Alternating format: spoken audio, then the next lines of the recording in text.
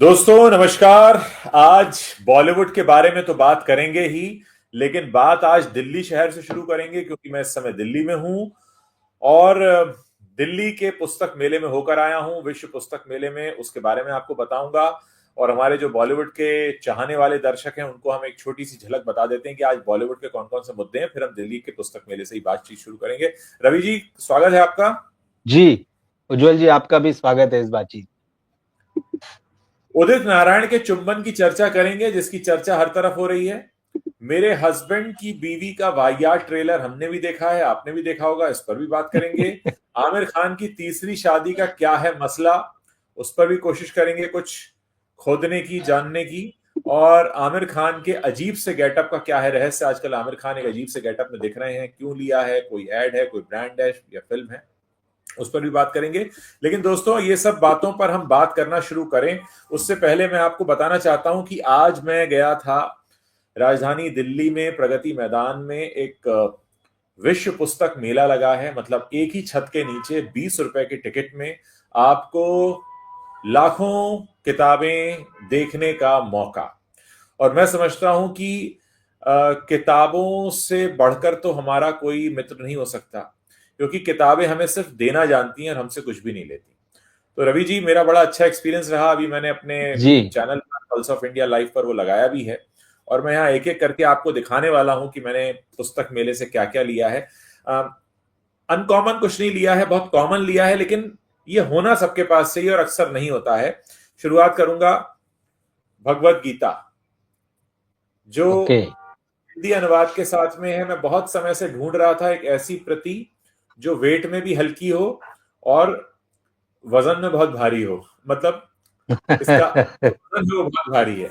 और उसके बाद मैंने, क्योंकि ओशो के जीवन से प्रभावित रहा हूं और ओशो के विचारों से प्रभावित रहा हूं, तो मैंने ओशो की ये पुस्तक जीवन क्या है, जिसको मैं टुकड़ों में पढ़ चुका था लेकिन एक पुस्तक के रूप में नहीं पढ़ पाया था पूरे, वो लिया मैंने। और हमारे एक मित्र हैं विष्णु, उन्होंने एक किताब लिखी है, तो आज उनसे भी मिलना हुआ। और ये किताब है कांग्रेस प्रेसिडेंट्स फाइल्स। ये मैंने ली क्योंकि इसमें कई ऐसी बातों का जिक्र है जिनका जानना हमारे लिए जरूरी है। मतलब इसमें हम कोई पार्टी पॉलिटिक्स नहीं कर रहे हैं, राइट लेफ्ट नहीं कर रहे हैं, लेकिन हाँ, हमारे देश से जुड़ी हुई बातें हैं। इसके अलावा मैंने ओशो की ही एक और पुस्तक कस्तूरी कुंडल बसे। अक्सर हम अपने आप को नहीं जान पाते हैं, और क्योंकि हम खुद को नहीं जान पाते हैं इसलिए हम सबसे अछूते रह जाते हैं। इसलिए मैं इसको पढ़ना चाह रहा था। उनकी एक और पुस्तक है मैं मृत्यु सिखाता हूं, ये भी मुझे पढ़नी थी, मैंने इसको भी लिया। और आपको सच बता रहा हूं, मैं कोई ऐसा प्लान करके नहीं गया था कि मैं ओशो की किताबें खरीदने वाला हूं, लेकिन मैं इतना खिंचता जा रहा था ओशो की तरफ हमेशा की तरह। और ये मोस्ट कंट्रोवर्शियल बुक, संभोग से समाधि की ओर, ये। और इसके अलावा ये एक सेल्फ हेल्प बुक है जो मुझे पसंद आई। हालांकि इसकी एक प्रति मेरे पास पहले भी थी, लेकिन वो प्रति जो थी वो कहीं खो गई थी, इसलिए मुझे दोबारा लेनी पड़ी। और एक और पुस्तक, मुझे मालूम है मैंने कुछ फिक्शन नहीं लिया। हमारे जो दर्शक होंगे जो फिक्शन पढ़ने के शौकीन है वो कह रहे होंगे कितना बोर आदमी है, ये कोई फिक्शन नहीं लेता। लेकिन मुझे फिक्शन उतना रास नहीं आता, मुझे ज्यादातर इस तरह की किताबें ही पसंद आती हैं। तो आज बड़ा अच्छा अनुभव रहा। रवि जी, कुछ आप कहना चाहेंगे जो मेरे किताबों के चयन पर, या मैंने आपको भी मुझे हैरान कर नहीं नहीं नहीं, मुझे उस तरह से हैरान नहीं किया। हाँ, लेकिन इस जी। बात में थोड़ी सी हैरानी हुई कि इन किताबों में एक भी फिक्शन नहीं है, सारा हाँ नॉन हाँ, फिक्शन है ये।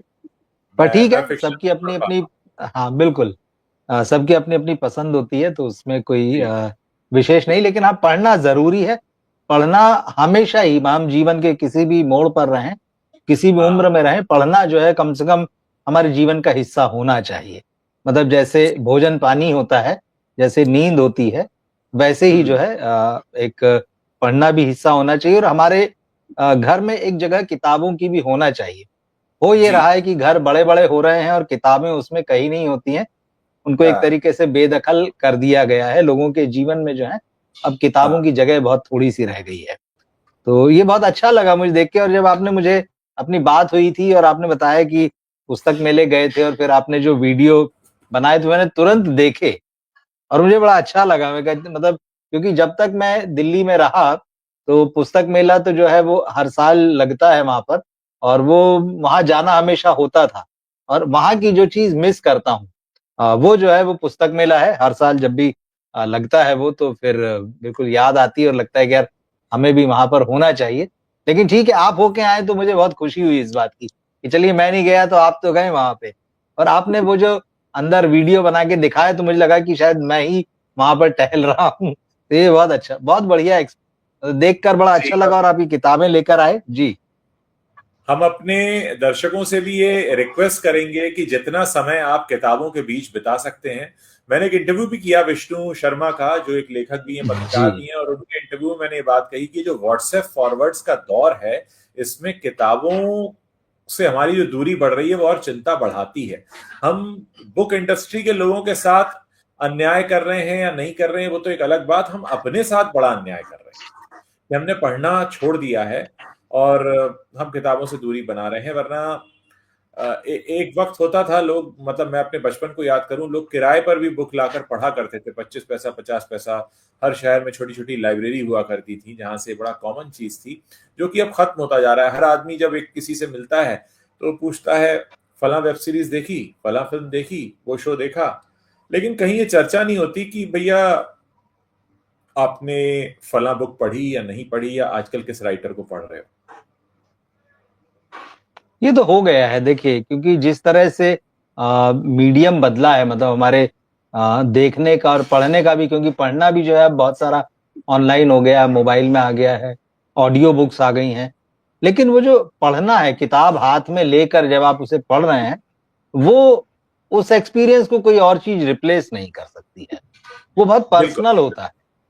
तो इसलिए मुझे लगता है कि किताबों की जगह कोई और मीडियम तो नहीं ले सकता। आप किसी भी फिक्शन की अगर बात करें तो किसी भी नॉवेल पर आप वेब सीरीज बना दीजिए, किसी हाँ, कहानी पर जो है वो आप सिनेमा बना दीजिए, लिटरेचर की किसी स्टोरी पर वो जो आप पढ़ते हुए अनुभव करेंगे वो दूसरा अनुभव वैसा नहीं होगा। जो सिनेमाई अनुभव होगा या जो उसका दृश्यांतर किया गया है वो जो अनुभव होगा, वो आपकी आपके दिमाग में एक दूसरी ही फ़िल्म चलती है जब आप पढ़ते हैं और उस जी। वो बड़ा सुखद होता है और वो बहुत मैं इंडिविजुअल मैं होता है।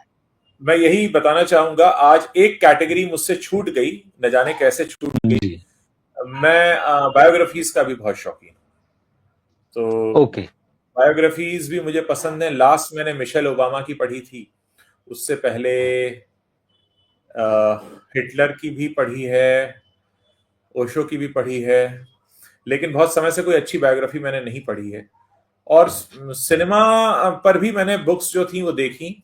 राजेश खन्ना साहब पर कई सारी बुक्स थी, गुलजार साहब की खुद की अपनी पोइट्री की कई बुक थी, अ, फिल्म पत्रकारिता पे कई सारी बुक्स थी, उनको भी पलट कर देखा, पर मुझे कुछ नयापन नहीं लगा, इसलिए मैं नहीं ले पाया। लेकिन हाँ, अब देखिए हमारे कुछ दर्शक हैं जो बता रहे हैं कि my loft is full of my books, they are my most prize possessions. बिल्कुल हम यही चाहते हैं। बिकमिंग ऑफ ओबामा, हाँ वो आई है बुक, वो हुँ, हमको पढ़नी है। और काफी सारे लोग अब कमेंट कर रहे हैं जो बिल्कुल। बुक नहीं, के निश्चित रूप बारे। से हमारे जो दर्शक हैं वो पढ़ते ही होंगे, ऐसा नहीं है कि वो नहीं हाँ, पढ़ते होंगे, क्योंकि अगर वो पढ़ने लिखने वाले नहीं होते तो हम लोगों के साथ जो है पौन-पौन घंटा और देखिए, 1-1 घंटा जुड़कर जिस तरह की बातें हम करते हैं, वो नहीं हाँ, जुड़ते हाँ, हमसे फिर, वो भाग हाँ, जाते। बिल्कुल। अब वो होता तो क्या है कि हमारी एक पहचान बन हाँ, जाती है कि अरे भाई ये तो रोजाना बॉलीवुड पर बात करते हैं, तो कई बार हमें लगता है हुँ, कि अगर बॉलीवुड पर बात नहीं करेंगे तो लोगों को लगेगा यार आज बॉलीवुड पर बात नहीं हो रही है। लेकिन हम अपने हाँ, दर्शकों को बताना चाहते हैं, चाहे रवि जी हैं या मैं हूं, हम सब की शख्सियत का एक बहुत बड़ा हिस्सा वो भी है जो बॉलीवुड से अछूता है, अलग है। रवि जी और भी बहुत कुछ ऐसा लिखते पढ़ते बोलते हैं जिसका बॉलीवुड से कोई डायरेक्ट कनेक्शन नहीं, और मैं भी बहुत कुछ ऐसा लिखता पढ़ता बोलता हूं जिसका बॉलीवुड से कोई कनेक्शन नहीं। हाँ, हमारे पेशे का एक बहुत बड़ा टाइम बॉलीवुड पर गया है, तो वो एक पहचान बन जाती है और फिर वैसी लोगों की उम्मीद भी बनने लगती है। नहीं, हम इसको बहुत हल्के फुल्के ढंग से नहीं लेते, हम इसको बहुत गंभीरता से कर रहे हैं। अगर ये हमारा हाँ पेशा है और हम इसमें 20-20, 25-25 साल से हैं, तो हम इसको हाँ बहुत हाँ सीरियसली लेके कर रहे हैं। और हमारा काम भी शायद जो है, जो हाँ तमाम साथी हमें सुनते हैं, उन्हें लगता हाँ होगा कि ये उस तरह से नहीं है जो हम, जो गॉसिप जर्नलिज्म होता है या जो पीआर टाइप का जो सो कॉल्ड जर्नलिज्म होता है जो गड्ढे में जा चुका है, हम वैसा काम हाँ नहीं करते हैं। और हमारी कोशिश भी यही है कि हम सिनेमा को बेहतर बनाने के लिए डिस्कशन करें। एग्जैक्टली तो हाँ। हमारी, हमारा चाहे हम कुछ ये कितना नहीं है ही कि हम क्रिटिसाइज करते हो जी, कोई एजेंडा नहीं चला रहे हैं भाई। हाँ बिल्कुल, भले ही कई लोगों को लगता हो कि अरे ये तो बहुत क्रिटिसाइज करते हैं, हर चीज इनको नेगेटिव दिखती है, इनको तो हाँ सिनेमा में कुछ अच्छा ही नहीं दिखता है, सिनेमा के सारे लोग हाँ बुरे दिखते हैं। ऐसा नहीं है। जो लोग हमको हाँ रेगुलर देखते हैं वो बिल्कुल समझते होंगे कि नहीं, हम हर एस्पेक्ट पर बात करते हैं। जो अच्छा है उसको अच्छा कहते हैं, जो अच्छा नहीं है उसे अच्छा नहीं कहते हैं, और जो अच्छा होना चाहिए या जो अच्छा हो सकता है उस पर भी बातें करते हैं। हाँ तो हमारी कोशिश, और देखिए किताबें हैं, लिटरेचर है और सिनेमा है, ये एक दूसरे से जुड़े हुए हैं, ये कोई अलग नहीं है। हाँ तो हाँ एक ही चीज है, मतलब ठीक है उसका फॉर्म बदल जाता है। यही किताबें जो होती है वो सिनेमा में कन्वर्ट होती हैं, या जो इन किताबों के थॉट्स होते हैं वो सिनेमा में आते हैं। सिनेमा से हाँ बहुत सारी चीजें होती। सिनेमा भी एक तरह की अपने आप में बुक होती है, क्योंकि वो जी आपको पूरा लाइफ एक विजुअल करके बताती है। बहुत सारे लोगों की हाँ जिंदगी में क्या हो रहा है वो पर्दे पर आप एक साथ देख लेते हैं। कोई बड़ी हाँ महत्वपूर्ण घटना होती है, आपने बायोग्राफीज का जिक्र किया, तो बायोपिक्स बनती हैं। कई बार बहुत जी अच्छी बायोपिक्स बनती हैं और देखी हैं जी हमने। जी और चाहे वो इतिहास के काल की हो या हमारे समय का कोई कंटेम्प्ररी हो, लीडर हो, हाँ घटना हो, तो ये सब एक दूसरे से इंटर रिलेटेड है। एक दूसरे माध्यम में एक दूसरे की यात्रा जो है वो चलती रहती है। तो आप इसको एक दूसरे से काट कर नहीं देख सकते हैं। तो मुझे लगता है नहीं जो देख अच्छा पढ़ता है वो अच्छा सिनेमा भी देखता है, और जो अच्छा सिनेमा देखता है वो पढ़ता भी है। तो दोनों हाँ अलग अलग नहीं हो सकते हैं जी। हमारे दर्शक बड़ी बेसब्री से इंतजार कर रहे हैं कि देश की सबसे महत्वपूर्ण खबर उदित जी नारायण के चुप्पन पर चर्चा। देखिए मैं परिचर्चा में क्या बोलने वाला हूं मुझे नहीं पता, रवि जी क्या बोलेंगे मुझे नहीं पता, लेकिन जी इसको लेकर मेरी जो रिएक्शन है वो थोड़ी सी अलग होने वाली है। बहुत से भारतीयों को आहत कर सकती है, लेकिन किसी की भावनाएं आहत करने का मेरा कोई इरादा नहीं है। रवि जी आप बताइए कि जब आपके सामने वो विजुअल्स तैर रहे थे जो कि सब जी जगह चल रहे हैं, तो आपके मन में हाँ क्या चल रहा था? फिर मैं बड़ी ईमानदारी से बताऊंगा मेरे मन में क्या चल रहा था। ठीक है। मतलब वो वैसे विजुअल्स थे जिसके बारे में आप सोचते नहीं कि अच्छा कि हम उदित नारायण का कोई ऐसा वीडियो देखेंगे जिसमें हाँ कि वो गाना गा रहे हैं, मंच पर कोई महिलाएं आना शुरू करती हैं, एक दो तीन, और फिर जो है कोई उनको किस करना चाहती है, करती है, फिर वो हाँ पलटकर उसे किस करते हैं, ये सारी चीजें। और एक आध उस महिला के साथ तो वो उसके होंठों पर किस कर लेते हैं, और गाना बज रहा है टिप टिप बरसा पानी, शायद यही गाना है वो। और जी बड़ा जी रोमांटिक सा गाना है, और पूरा हाँ माहौल बड़ा रोमांटिक है। वहां शायद गार्ड्स वगैरह भी हैं, तो शायद वो महिलाओं को आने से भी रोक रहे हैं, पर उदित जी हाँ कह रहे हैं नहीं नहीं आने दो। तो वो एक माहौल है मतलब। अब हाँ ये सारा जो है, इसको लेके सारा जो है सोशल मीडिया में जो भी आपका ये बवाल मचा है या बात हो रही है, जो सारी चीजें हैं, फिर कई लोग जो है फिर उसको बहुत व्यक्तिगत स्तर पर लेकर जो है उदित नारायण पर लांछन भी लगा रहे हैं। अरे उनका तो पुराना रिकॉर्ड ऐसा है, आज भले ही वो 68-69 साल के हो रहे हैं, लेकिन पहले भी जो है उन्होंने इस तरह की हरकतें की है। फिर जो कुछ दो एक पुरानी चीजें निकल आई, एक अलका याग्निक के साथ में उनका कोई पुराना वीडियो जिसमें अलका याग्निक इंडियन हाँ आइडल हाँ के हाँ, स्टेज पर जी है जी शायद। तो वो वहां अलका को पता भी नहीं और वो एकदम से उसके गालों को जो चूम ले रहे हैं। फिर एक इसी तरह की तस्वीर निकल के आई जो श्रेया घोषाल को लेकर। वो सारे लोग जो सिलसिले जो है मिला देते हैं और हाँ बहुत सारी बातें एक साथ कहने लगते हैं, और फिर एक सर्टिफिकेट जैसा बना देते हैं। हालांकि उदित नारायण का इस पर मतलब हम सफाई तो नहीं कह सकते हैं उसको। इस बारे में एचटी हिंदुस्तान टाइम्स में उनकी जो भी बातचीत छपी, उनसे पूछा गया होगा, तो उन्होंने कहा कि भाई ऐसा हो जाता है, माहौल एक उस तरह का बन जाता है। और बहुत सारे फैंस जो होते हैं वो आते हैं, आपसे गले लगना चाहते हैं, कोई आपके हाथ चूम लेता है, कोई गाल चूम लेता है, ये सारी चीजें हैं। तो उनका कहना है कि इसमें कोई गलत भावना नहीं होती है, लेकिन क्योंकि वो मूड और माहौल उस तरह का बन जाता है, तो ये चीजें हो जाती। अब क्योंकि ये वीडियो का जमाना है, हर चीज फोन पर रिकॉर्ड हो रही होती, और अगर खास तौर पर कोई ऐसा इवेंट है, चाहे वो घर का इवेंट हो चाहे आप स्टेज पर कोई इवेंट कर रहे हैं। तो ये पूरा मामला, अब इस पर बातचीत है। तो मुझे सिर्फ उतनी देर के लिए लगा अच्छा ऐसा भी हुआ है, मतलब उसमें कोई ऐसे मोरालिटी हर्ट नहीं हुई मेरी कि अरे ये क्या हो गया। बट हाँ, ये होता है कि ठीक है, स्टेज पर कलाकारों के साथ जो है कई बार लोग ऐसा करते हैं, क्योंकि हमने शाहरुख खान के भी बहुत सारे वीडियो देखे। शाहरुख खान बड़े डिसेंसी से पेश आते हैं, ये उनके बारे में एक बड़ी खूबी है। लड़कियां उन पर किस तरह से मरती हैं।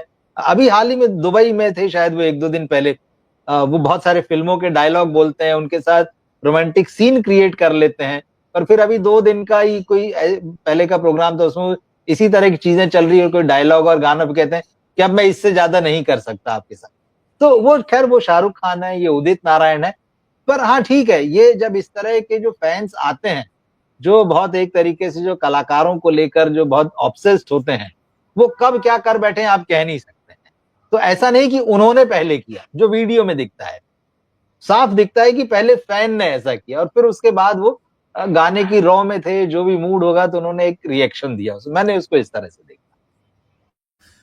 देखिए, मैं इसको ऐसे देखता हूं क्योंकि मैं ज्योतिष का भी छात्र हूं। तो 28 अच्छा, जी जनवरी जी। को शुक्र उच्च के हुए हैं। शुक्र आमतौर पर एक राशि में हाँ। 22 दिन रहते हैं, लेकिन इस बार वो 31 मई यानी लगभग 4 महीने तक शुक्र उच्च के हैं।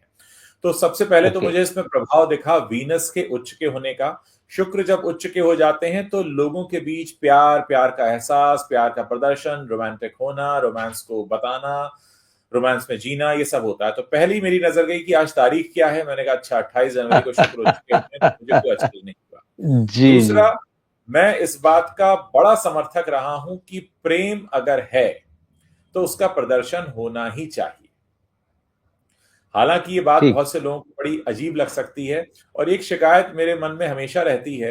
मैं पश्चिमी देशों की बहुत यात्रा करता हूं और मुझे वहां की सबसे बढ़िया जो खूबसूरत बात लगती है वो ये कि अगर वहां कोई प्रेमी जोड़ा है तो वो ये नहीं देखता कि वो ट्रेन में है, रोड पर है, मॉल में है, नदी किनारे है, गार्डन में है, या उन्हें 1,000 आंखें देखती हैं। वो अपने प्रेम को खुलकर प्रदर्शित करते हैं और मैं इसका घोर समर्थक हूं।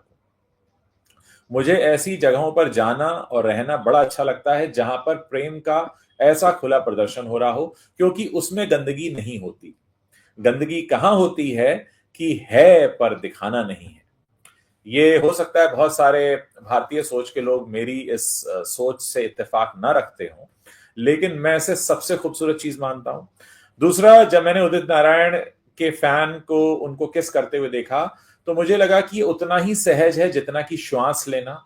अगर एक शख्स आपको चूम रहा है या रही है तो ये निश्चित तौर पर बताता है कि वो भी चाहता है कि आप उसे चूमें। हाँ, हमारे देश में ऐसा खुलकर नहीं होता है, मुझे नहीं पता क्यों नहीं होता है, लेकिन इसको बड़ा हौ करके देखते हैं।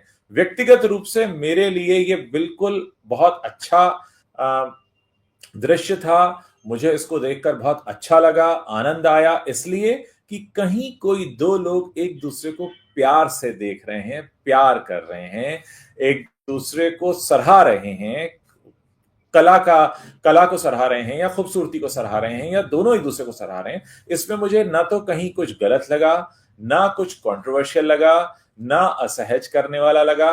मुझे ये बिल्कुल उतना नॉर्मल लगा जितना कि श्वास लेना। बल्कि ऐसा नहीं होता है तो मुझे लगता है ऐसा क्यों नहीं होता है। मुझे मालूम है ये बात भारत देश में बोलना और इसके बाद लोगों के कंट्रोवर्शियल जवाब न सुनना ये पॉसिबल नहीं है, लेकिन ये मेरा अपना व्यक्तिगत मत है। बल्कि दीपा जी जो उदित जी की पत्नी है वो मेरी बड़ी अच्छी दोस्त है, और मैं जब अगली बार मिलूंगा तो उनसे मैं मजाक भी करूंगा इस बात को लेकर। लेकिन मुझे बड़ा अच्छा लगा कि ऐसा कुछ हुआ। जाहिर है उदित जी जब गा रहे हैं गाना तो वो उनको जानते तो है नहीं, वो तो आ हाँ गई उनके पास और पहले उन्होंने किस कर दिया, मतलब ये कि वो तो स्वयं आई हैं। तो हाँ, अब रही बात आपने शाहरुख खान की, मुझे मालूम है कि शाहरुख खान अगर इस जगह पर होते तो वो ऐसा नहीं करते, क्योंकि उन्हें हमेशा अपने स्टार स्टेटस का ख्याल रहता है। शाहरुख खान जो भी करते हैं वो काफी कुछ दिखावे के लिए भी करते हैं। हालांकि वो किंग ऑफ रोमांस है, लड़कियां उन पे मरती हैं, लड़कियां उनके जैसा बॉयफ्रेंड चाहती हैं, पति चाहती हैं। लेकिन शाहरुख बहुत सारे काम सिर्फ इसलिए करते हैं क्योंकि उन्हें दिखाना होता है। उदित नारायण का ऐसा करना यह भी बताता है कि वो कितने ईमानदार हैं। उसमें गंदगी बिल्कुल नहीं है, उसमें ईमानदारी है, उसमें सहजता है, उसमें एक नेचुरल रिएक्शन है। तो मुझे मालूम है कि लोग जो हो सकता है सोच रहे होंगे कि हम तो इस पर खींचेंगे, ऐसा है वैसा है। नहीं, मुझे लगता है उदित जी ने जो कहा किया वो बिल्कुल नॉर्मल, नेचुरल, सहज था और ऐसा ही होना चाहिए।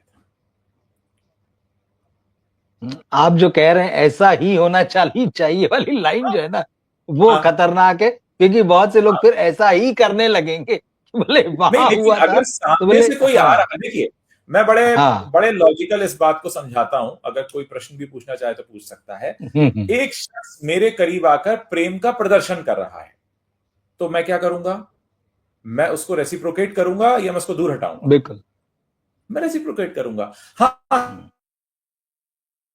भारतीय समाज में उतनी सहज नहीं है, न जाने क्यों नहीं है, मतलब मुझे इसका जवाब नहीं पता है। मैं भी इसी समाज में जन्मा हूं, यहीं रहता हूं। दो लोग प्यार कर रहे हैं तो लोग, और मतलब आजकल जो 15 फरवरी क्या क्या देखते हैं है, मेरे गले से नहीं उतरता कि प्रदर्शन नजर में खराब तो बिल्कुल नहीं। मैं पूछता हूं कि ऐसा क्यों नहीं होता है? आपकी आवाज। हाँ। हमारा इंटरनेट कनेक्शन थोड़ा थोड़ा बीच में ब्रेक हो रहा है शायद। हाँ जी जी जी, हाँ थोड़ा सा ब्रेक हुआ। मैंने कुछ आपने ऐसा तो नहीं लास्ट बोल में दिया क्या जिससे कहा इंटरनेट भी वो? हिलने लगा है?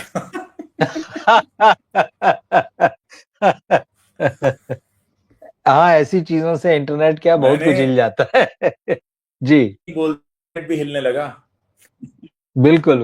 ये मेरे अपने हैं और लोग सहमत भी हो सकते हैं, नहीं भी हो सकते, अपना व्यू है।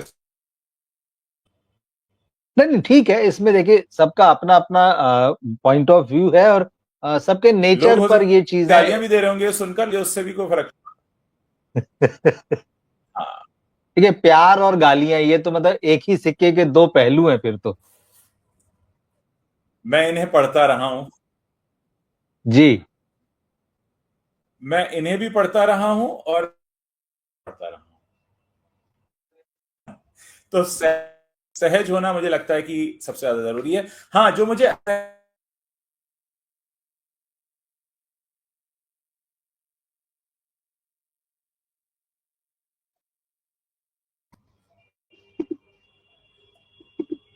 शायद मैं दिखा नहीं पा रहा हूं, शायद इंटरनेट का कोई इशू है। हाँ, अभी ऑन ऑफ हो रहा है। हाँ, अभी जो ठीक मुझे है। असहज करके गया वो मैं बताता हूं, मेरे हस्बैंड की बीवी का वाहियात ट्रेलर, इसने मुझे काफी असहज किया। रवि जी, मैं इसके अरे 1 मिनट पूरा होते होते ना, मतलब मुझे जी। होने लगा था कि मैं इसको फास्ट फॉरवर्ड मोड में ही देख पाऊंगा, इसको स्लो में नहीं देख पाऊंगा। नहीं नहीं, ये तो है ही, इसका ट्रेलर जैसे ही देखा तो मुझे लगा यार ये क्या है, इनको ऐसे आइडिया आ कैसे जाते हैं, हाँ, जो इसे लिख रहे हैं, जो इसे बना रहे हैं, और हाँ, जो लोग इस फिल्म में काम कर रहे हैं, मतलब कैसे वो कन्विंस हो जाते हैं ऐसे आइडिया, हाँ, किस जमाने में रह रहे हैं। हाँ, हाँ, तो हाँ, मुझे हाँ, तो हैरानी हुई, मतलब कि यार ये क्या फिल्म बनाई है आपने। हाँ, ठीक है, आपका टाइटल जो भी है, आप जो भी कहानी दिखाना चाह रहे हैं, लेकिन वो लव ट्रायंगल नहीं है, बोले लव सर्किल है। हाँ, एक लड़की लड़का लड़की, मतलब एक आदमी औरत को आप दिखा रहे हैं, उनकी हम्म, पहले शादी हो चुकी, फिर उस महिला की याददाश्त चली गई है, अब वो हाँ, दूसरी हाँ, महिला से प्यार में पड़ गया है। हाँ, तो इधर उसका तलाक हुआ कि नहीं हुआ अभी हमको पता है, शायद हो ही चुका है। फिर हम्म, दूसरी शादी कर रहा है, फिर वो भी चाह रही कि नहीं मैं इसके साथ रहूं। मतलब ये अजीब सा, मतलब अब वो दोनों लड़कियों महिलाओं के बीच में जो है उस आदमी को लेके हम्म, खींचतान मची हुई है। फिर उसके हाँ, बीच में लड़के का भी एक दोस्त है, वो उसको हाँ, आइडिया देता रहता है, तू ऐसा कर तू वैसा कर। अब वो आइडिया, हर जी, आइडिया जो है वो फ्लॉप हो जाता है। मतलब ये हाँ, अजीब तरह का, मतलब ना उसमें कोई ढंग का डायलॉग दिखा, ना उसमें कोई ढंग का सीन दिखा। और फिर जी, जो उसमें एक्टर्स देख रहे हैं, हम्म, अर्जुन कपूर, भूमि पेडनेकर, रकुल प्रीत सिंह।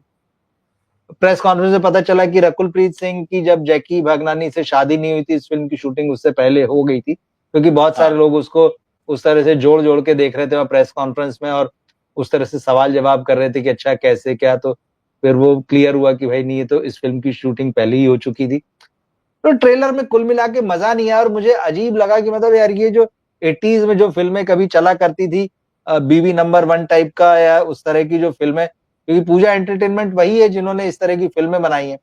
तो एक दौर में ठीक था, लेकिन यहाँ ये भी चर्चा थी कि भाई जब ये रोमांटिक फिल्में बनाते रहे हैं, बीवी नंबर 1 टाइप की या जो दूसरी नंबर 1 जैसी, तो फिर उन्होंने बीच में एक्शन फिल्म बनाना क्यों शुरू कर दिया। हालांकि उसका कोई जवाब नहीं दिया गया वहां पे, लेकिन फिर ये हुआ कि नहीं चलो फिर से पुराने दौर में लौटते हैं, उस तरह की फिल्में बनाते हैं। तो मुझे तो ये लगता है कि कुल मिला के इनके पास में आइडियाज का अभाव है, इनके पास कुछ है नहीं सोचने समझने के लिए, नया इन्होंने कुछ पढ़ा नहीं, नया इन्होंने कुछ देखा नहीं, इनको ये पता नहीं है कि दुनिया में क्या लिखा पढ़ा जा रहा है, कैसा सिनेमा बन रहा है। एक चक्कर दिल्ली का ही लगा आते कम से कम पुस्तक मेले में, तो वहां किताबें देख लेते कि भाई अच्छा ये सब भी छप रहा है, ये सब भी पढ़ा जाना चाहिए, इसमें भी कुछ मिल सकता है। तो पता नहीं कहाँ कहाँ से इस तरह के आइडिया लेके आते हैं और उस पर पूरी फिल्म लिखते हैं, फिर ये उम्मीद करेंगे कि फिल्म को बम्पर ओपनिंग मिले, फिल्म 100 करोड़ का कलेक्शन करे। तो अब क्या बना रहे हैं, किस जमाने के लिए बना रहे हैं, किन लोगों के लिए बना रहे हैं।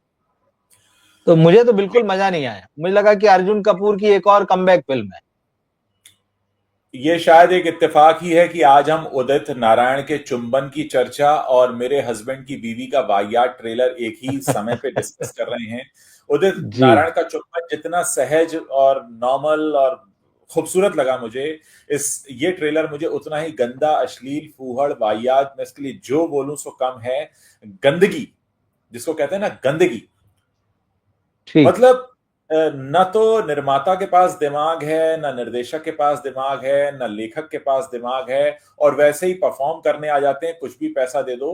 मैं बता रहा हूं ना, मैंने जब ये ट्रेलर 1 मिनट तक पहुंचा, 1 मिनट के बाद मैंने और 20 सेकंड देखा, मैंने कहा भाई अब मैं इसको नहीं झेल सकता, ये टू मच हो गया मेरे लिए। तो मतलब इतना गंदा, इतना गंदा। मतलब ये फिल्म, देखिए फिल्म तो उन्होंने क्या बनाई होगी, ये तो ट्रेलर ही नहीं बना पाए, ये तो ट्रेलर ही इनका हाँ, नहीं रोक पाया मुझे। पर फिल्म आएगी थिएटर में। फिल्म आएगी, ट्रेलर भले ही आपने नहीं देखा हो, नहीं देख पाए हो, पर फिल्म आएगी। तो मुदस्सर हमारी एक अजीज जो दर्शक है। पूछ रही है आपने डेली फाइल्स का ट्रेलर देखा? जी हाँ मैंने देखा, मुझे नहीं अच्छा लगा। मिथुन चक्रवर्ती वाला ना? जी जी जी जी। हाँ, उसमें क्या है उसमें, कुछ भी मतलब ठीक है, वो संविधान को पढ़ रहे हैं, उसकी लाइनें पढ़ रहे हैं और बस टूटे फूटे उसमें, और बस चलते चले जा रहे हैं। ये भारी एक्सपेरिमेंट है। ये बहुत भारी पड़ने वाला मतलब है मुझे लगता है आपको। और वैसे ये भी बड़ा दूसरी भारी, हवा बह मतलब रही क्या। है, अग्निहोत्री जी पिछली फिल्म जब नहीं लाए थे उसकी हवा दूसरी थी देश में। नहीं, हवा चलिए जिस भी दिशा में बह रही जो भी, मगर आप एक सिनेमा बना रहे हैं। हाँ तो आप, मतलब मैंने जीवन में, अपने जीवन में वैसा ट्रेलर नहीं देखा है, टीजर था या ट्रेलर था, मैंने हाँ वैसा नहीं देखा। मतलब अच्छा हाँ। खासा लंबा है वो भी। क्या कहना चाह रहे हैं, क्या वो बहुत प्रतीकात्मक है, वो फिल्म का हिस्सा है, या फिल्म का कोई सीन है, या सिर्फ आपने बस एक ऐसी, क्योंकि इन दिनों संविधान को लेके बहुत सारी बातें हो रही है, बहस हो रही है, पिछले हम्म। चुनाव से ये सारी चीजें चल रही है, तो आपने कहा कि चलो अब हम इस तरह से कुछ बना देते हैं। मतलब अगर आप एक्सपेरिमेंट भी कर रहे हैं तो थोड़ा ऐसा कीजिए कि आप आम आदमी के लिए फिल्म बना रहे हैं ना, तो उसको समझ में तो आए कि ये हो क्या रहा है, इसमें कुछ कहानी है नहीं है, क्या है। और मिथुन दा जो उसमें शब्द बोल रहे हैं वो भी आपको साफ साफ समझ में नहीं आ रहे हैं, जिस अंदाज में बोल रहे हैं, जिस तरह का अभिनय करते हुए बोल रहे हैं। देखिए ट्रेलर काटना भी एक बहुत बड़ा आर्ट है, ऐसा नहीं कि मैं पिक्चर ली और उसमें से कुछ भी काट दिया। मैं आपको रवि जी सच बताऊं, बहुत ही सरल भाषा में बताऊंगा, क्योंकि हम्म। मैं एक फिल्म पत्रकार हूं, क्योंकि मुझे बॉलीवुड पर बात करनी होती है, इसलिए मैंने वो ट्रेलर पूरा देख लिया। अगर मैं एक आम दर्शक होता, मैं विवेक अग्निहोत्री के बनाए उस डेली फाइल्स के ट्रेलर को 5 सेकंड भी नहीं देखता, पांच बिल्कुल, हमने सेकंड भी। पूरा इसीलिए देखा, बिल्कुल तो ठीक अगर बात कह रहे विवेक हैं, हमने पूरा अग्निहोत्री जी सुन इसलिए रहे हो देखा। तो मैं साफ कह रहा हूं कि मैं नहीं देख पाता, एक दर्शक के तौर पर कह रहा हूं। और इसको वो ऐसे ना लें, मैंने उनकी फिल्म कश्मीर फाइल्स थिएटर में जाकर देखी, और मुझे समझ में भी आया कि वो क्या कहना चाह रहे हैं उसमें, लेकिन इस ट्रेलर में मुझे नहीं समझ में आया वो क्या कहना चाह रहे हैं। और बड़ा अफसोस है कि लोग ट्रेलर से ही अगर प्रभावित नहीं है तो फिल्म तो कौन ही देखने जाएगा फिर। कम से नहीं कम नहीं, ट्रेलर तो ये अच्छा लगना चाहिए, ऐसा कि समझ में आए कि क्या हो रहा है। मुझे समझ में नहीं आया वो क्या, मैंने बस देख लिया। एक शख्स आया जिसका नाम मिथुन चक्रवर्ती है, जिनको हम बहुत सालों से देख रहे हैं, उन्होंने कुछ संवाद बोले, सांस फूलती हुई उनकी वो थी पूरी, और उसके बाद वो चले जाते हैं, मुझे नहीं पता उसमें क्या है। मतलब मुझे लगता है कि शायद जब कामयाबी मिलती है तो आदमी को लगता है कि मैं बहुत इंटेलेक्चुअल हूँ और मैं जो कह रहा हूँ वही सत्य वचन है, वही पत्थर की लकीर है, जो मैं कहूंगा सब मान लेंगे, सब देख लेंगे और उसकी हाँ वाहवाही करेंगे, तारीफ करेंगे। तो हाँ ये तो क्या बोल सकते हैं, मतलब इस तरह से चीजें अगर ये प्रेजेंट कर रहे हैं, चाहे वो हाँ फिल्म की पहली झलक दिखा रहे हों, चाहे वो हाँ। टीजर दिखा रहे हों, चाहे वो ट्रेलर दिखा रहे हों, उस सीन का क्या मतलब है? देखिए, अब लोगों के रिएक्शन आने शुरू हो गए, ईमानदार रिएक्शन। एक ने लिखा है, उज्जवल पागल है क्या? अरे भाई वो ट्रेलर नहीं था, तुमको पत्रकार किसने बना दिया? देखिए यहाँ पर मैं अपने अनुभव और अपने जीवन में देखे गए चलचित्रों और अब तक के अपने जर्नी के हिसाब से अपने विचार प्रकट कर रहा हूँ। हो सकता है किसी को मेरे हस्बैंड की बीवी का ट्रेलर बड़ा अच्छा भी लगा हो, लेकिन मुझे वाहियात लगा। रवि जी अपने विचार रख रहे हैं, मैं अपने विचार रख रहा हूँ। हो सकता है आपको महान ट्रेलर लगा हो या विवेक अग्निहोत्री की वो फिल्म आपको महान लगे। फिल्म आ जाएगी तो हम फिल्म पर बात करेंगे, लेकिन फिलहाल जो टीजर आया है वो तो मतलब बिल्कुल भी प्रभावित देखिए, एक दौर था नहीं। हाँ जब ट्रेलर आया करता था, टीजर नाम की कोई चीज नहीं हुआ करती थी। और जी ट्रेलर जो होता था वो 2 से ढाई मिनट में खत्म हो जाता था, वो ट्रेलर जी। होता था। फिर एक टीजर नाम की नई चीज इजाद की गई, जो हम्म। 10-15 सेकंड 20 सेकंड से लेते हुए 30 सेकंड तक बढ़ी, कहा गया टीजर है। अभी तो हाँ ये 2-2 मिनट के, 2.25 मिनट के और 3 मिनट के टीजर लाते हैं। इसको टीजर बोलते हैं क्या? टीजर होता है टीज करना, बस हल्का सा, कुछ आपको सर, एक टीज हल्का कर सा दिया फील उन्होंने। दे दिया। टीज कर हाँ दिया उन्होंने, मुझे तो टीज कर दिया वही है। कर भाई, इनको उदाहरण दे देते हैं ये भाई साहब जो लिख रहे हैं। सलमान हाँ खान की सिकंदर का इन्होंने टीजर देखा होगा, हाँ हाँ वो हाँ। देख लें। वो क्या कर रहा है, वो सिर्फ सलमान खान का एक लुक बता रहा है, छोटा सा एक्शन के साथ में खत्म हो गई बात। वो इतना हम्म। लंबा नहीं है, मतलब कि आप 2 मिनट 2.5 मिनट जो है, 2 मिनट 22 सेकंड चला रहे हैं उसको, इसको हाँ हाँ टीजर नहीं बोलते हैं। इतनी हाँ। देर में लोग शॉर्ट फिल्म बना देते हैं, या आपको बता दूं जो भी लिख रहे हैं, 2.5 मिनट में शॉर्ट फिल्म बिल्कुल। बन जाती है। आदमी पूरी कहानी कह देता है 2.5 मिनट। तो सर मतलब मुझे याद इन्हें है, सिनेमा। जी। जिन दिनों मैं टीवी चैनल्स में एज अ रिपोर्टर काम कर रहा था, हमें 20 सेकंड दिए जाते थे कि अगर आपको बिल्कुल। किसी के इंटरव्यू का हिस्सा लगाना है, बाइट लगानी है, 20 सेकंड ऐसे लगाइए कि उसमें जिस्ट हो। और 1.5 मिनट में कहानी पूरी हो जाती थी, जिसमें वॉइस ओवर आता था, थोड़ा सा विजुअल आता था उसके साथ में, 20 सेकंड की एक बाइट आती थी। बाकी अगर आपको कुछ लगाना है अपने पीटीसी वगैरह, मतलब 1.5 मिनट को ऐसा कहता बहुत हो गया भाई, कितना लंबा लाओगे? 30 मिनट के बुलेटिन में 10 मिनट ऐड होते थे, तो 20 मिनट का बुलेटिन। और 20 मिनट के बुलेटिन में होती थी 10 से 12, कई बार 15 तक स्टोरीज, 20 मिनट। आप सोच। अरे 15-15 सेकंड के विज्ञापन आते हैं, आपको हिला देते हैं, पूरी कहानी कह देते हैं बिल्कुल। 15 सेकंड में। हाँ हाँ। तो ये 2 मिनट 22 सेकंड का टीजर, मतलब कमाल है, मतलब भाई। और जो भी इसको इस तरह से देख रहे हैं कि नहीं नहीं भाई, ये तो पत्रकारिता से बाहर जा रही बात, तो उनको थोड़ा सा अपनी जो क्या कहना चाहिए, उनकी जो कलात्मक सोच है या जो भी हाँ। क्रिएटिविटी उनके पास है, वो थोड़ा एक बार फिर से मांझे और जांचें, और किताबें पढ़ें पहली बात तो, और अच्छा सिनेमा देखें। एक और आजकल हमें कुछ दृश्य दिखाई दे रहा है इंटरनेट पर, हाँ जिसमें आमिर खान बहुत जी। अजीब से गेटअप में है। कुछ रील उनके मेकअप की है, कहीं पर वो ठेले को धक्का दे रहे हैं, कहीं वो रोड पर खड़े हैं, कहीं वो टेढ़ा मेढ़ा होकर चल रहे हैं। बताया जा रहा है ये आमिर खान है। वैसे अगर बताया ना जाए तो उतने अच्छे से समझ में नहीं आएगा, उनका मेकअप कुछ ऐसा करता हुआ ना दिखाया जाएगा। अब ये कोई ब्रांड है, कोई फिल्म है, या कोई कैंपेन है, या कुछ कहना चाह रहे हैं आमिर खान?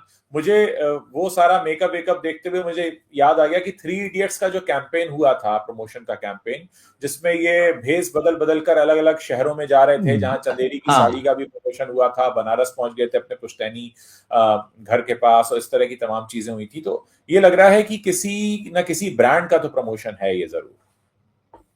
ये ब्रांड का प्रमोशन हो रहा है। दरअसल 2 दिन पहले जब ये वीडियो आया, तो ये हम्म। रियल था। मतलब अंधेरी स्टेशन जो है ना, अंधेरी वेस्ट, हाँ उसके बाहर जो बस स्टैंड वाला वाला जो इलाका है, तो आमिर जी। खान वहां अचानक इस रूप में जो है वो पहुंच गए थे। हम्म तो हम्म लोगों को हम्म लगा रही है कि इस तरह का, मतलब कि आदि मानव टाइप का पूरा उनका गेटअप वगैरह, और लोगों को लगा ये कौन आदमी आ गया, क्या लोग पहचान नहीं पाए।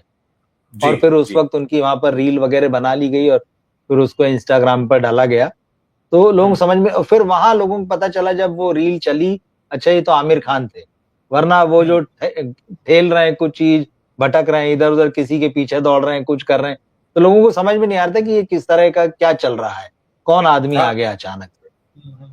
तो ये जब चीज हुई तो पहले दिन 2 दिन से तो ये चर्चा में था। फिर अब आज ये सामने आया है कि ये जो थम्स अप जो है, इसका एक कोल्ड ड्रिंक जो है, माइंड चार्ज बॉडी चार्ज, इसका जो है आमिर खान ने एक ऐड किया था कुछ समय पहले, जिसमें वो तारे जमीन पर में जो बच्चा उनके साथ में था, दरशील सफारी, वो अब बड़ा हो गया है, तो दरशील के साथ वो उसके ऐड में आए थे। तो ये उसी ऐड कैंपेन का एक नया ऐड अब आया है, वो देख सकते हैं, यूट्यूब पे भी देखा जा सकता है उसको, माइंड चार्ज बॉडी चार्ज करके। तो ये आमिर खान का नया ऐड है वो, और उसमें वही आदि मानव वाली गुफाएं और उसी तरह के लोग दिखाए गए हैं, और वो आदि मानव जो है वो ये कोल्ड ड्रिंक पी के जो है वो बहुत चार्ज हो जाता है और डांस करने लगता है। तो ये छोटा सा ऐड है, बड़ा बढ़िया है। तो आमिर खान का एक अपना अंदाज है, और ये बात भी सही कि वो बहुत मेहनत करते हैं अपने किरदार में उतरने के लिए, चाहे वो फिल्म बनाए या वो ऐड करें, तो हलचल तो पैदा कर ही देते हैं, इतना आपको तो मानना पड़ेगा। भले ही उनकी ठग्स ऑफ हिंदुस्तान और लाल सिंह चड्ढा फ्लॉप हो गई, वो अलग मामला है, पर हमेशा वो मेहनत करते हुए नजर आते हैं। आमिर खान के अंदर अपने काम को लेकर जुनून है, पैशन है, पागलपन है, डेडिकेशन है, वो कुछ नया करना चाहते हैं। कई बार वो खतरों से भी खेल जाते हैं और कई बार वो ऐसे लोगों के साथ भी काम कर जाते हैं जिनके साथ उनके स्तर का स्टार सो कॉल्ड काम नहीं करेगा। AR मुर्दास के साथ जब उन्होंने गजनी बनाई थी तब उनको बॉलीवुड में कोई जानता नहीं था, लेकिन उन्होंने इतना बड़ा रिस्क लिया था उस वक्त की बात कर रहा हूँ, 2007 या 8 की।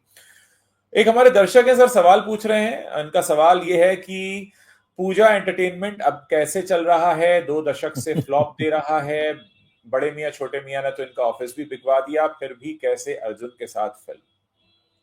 अब फिल्म वो अर्जुन कपूर के साथ कर रहे हैं भाई। जो खुद ही आसान ठीक चीज है। पर ये फिल्म जो अभी आ रही है, जैसे मैंने कहा ना कि उसी प्रेस कॉन्फ्रेंस में ये क्लियर हो गया कि ये हाल फिलहाल में बनी फिल्म नहीं है। रकुल और जैकी की जब शादी हुई है उसके पहले शूट हुई फिल्म है, तो इसका मतलब है कि पुराना माल डिब्बा बंद जो था ये उसको निकाला गया है नई पैकेजिंग के साथ में। और ये बात तो वो भी खूब अच्छे से समझ रहे होंगे कि ये फिल्म कितना चलेगी, इतना तो समझ ही रहे हैं, जब बाजार में बैठे इतना सिनेमा तो वो भी देखते हैं। लेकिन अब वही है कि भाई अब क्यों डब्बे में पड़ी रहे, निकालो, थोड़ा बहुत कुछ हो सकता है कुछ आ जाए, कहीं नहीं तो फिर OTT प्लेटफॉर्म को ही बेची जाएगी, टीवी पर ही दिखाई जाएगी, तो कम से कम जो पैसा फंसा पड़ा है तो थोड़ा बहुत कुछ निकलेगा, ये तो चीज होगी। और क्या पता फिर कहीं सितारे काम कर जाए किसी के उसमें, तो हो सकता है चली जाए, क्या भरोसा है। बिल्कुल, यहाँ तो कुछ भी चल सकता है इसमें कोई तो। लेकिन हाँ ठीक है, पूजा एंटरटेनमेंट के ऊपर सबकी नजर तो है, जो भी सारा छोटे मियाँ बड़े मियाँ के बाद में जो हुआ है उससे। देखते हैं ये फिल्म जब आएगी तो क्या होता है इसका। आमिर खान के बारे में ही जो सबसे ज्यादा खबर गर्म है आज वो ये है कि कोई महिला हैं जिनसे वो शादी करने वाले हैं, घर वालों से मिला दिया है, बेंगलुरु की रहने वाली हैं, उनकी उम्र भी आ गई 59 साल, और पता नहीं खबरें कहां से क्यों कहां से तैरनी शुरू हुई हैं। आमिर खान ने किसके कान में क्या फुसफुसा दिया है। ये सब जो ये फिल्म पत्रकारिता के नमूने हैं, देखिए जो ब्लाइंड आइटम्स छपते हैं या सोर्सेज के हवाले से छपता है कि, तो वही मैं कल भी देख रहा था इसको कि बेंगलोर की कोई महिला है और आमिर खान जो है सीरियस है काफी इस रिश्ते, मतलब उनके साथ जो भी उनका रिलेशन है, और घर वालों से मिलवाया है, तीसरी शादी की तैयारी वगैरह कर रहे हैं या बात हो रही है। हालांकि इस पे एक थॉट ये भी है कि भाई आमिर खान इसलिए आजकल इतने सुर्खियों में बने हुए क्योंकि उनके बेटे की फिल्म रिलीज होने वाली है अगले हफ्ते, तो किसी बहाने जो है वो चर्चा तो बनी रहे, आमिर खान के बहाने सही जुनैद के बारे में बात हो जाए, या आमिर खान खुद भी बड़ी लगन और मेहनत से अपने बेटे की फिल्म को प्रमोट कर रहे हैं। तो ये सारी चीजें कि मतलब आमिर खान के बहाने, क्योंकि देखिए जुनैद के नाम से तो वो फिल्म चलेगी नहीं ना, उसके नाम से कोई ऐसी चर्चा होगी ना, खुशी कपूर के नाम से होगी, तो ले दे के आमिर खान बचते हैं कि अगर वो कुछ कुछ करते रहे, खबरों में बने रहे, तो जब जब आमिर खान के बारे में खबर लिखी जाएगी, बात की जाएगी, तो कहा जाएगा अगले हफ्ते उनके बेटे की फिल्म आने वाली है। जुनैद का जो है थिएटर में डेब्यू होने वाला है, क्योंकि जुनैद का अपनी तरफ से जो फिल्म प्रमोशन चल रहा है, तो फिल्म प्रमोशन तो कम, वो जहां जहां दिख रहे हैं वो मजाक ज्यादा बन रहा है। सोशल मीडिया में आप उठा के देख लीजिए, इतनी सारी रील्स चल रही हैं, वो जहां जिस इवेंट में गए, जो उन्होंने अपना इवेंट किया है, तो उनको लेकर के एक तो वो हीरो जैसे ही नहीं लग रहे हैं लोगों को, फिर जितना मतलब उनकी एनर्जी ही नहीं दिखाई देती है। इतने कई उनके डांस वाले वीडियो आए जहां फिल्म को प्रमोट करने पहुंचे तो खुशी कपूर के साथ वो डांस कर रहे हैं, डांस में कोई एनर्जी नहीं दिख रही, चेहरे पे कोई एक्सप्रेशन नहीं दिख रहा। आमिर खान उनके मुकाबले जो है 10 गुना जवान लग रहे हैं। आमिर खान की एनर्जी जो है उस जवान लड़के के मुकाबले 100 गुना ज्यादा लग रही है। वो अपने काम में डूबे लग रहे हैं। अब ये फर्क है, देखिए वही होता है।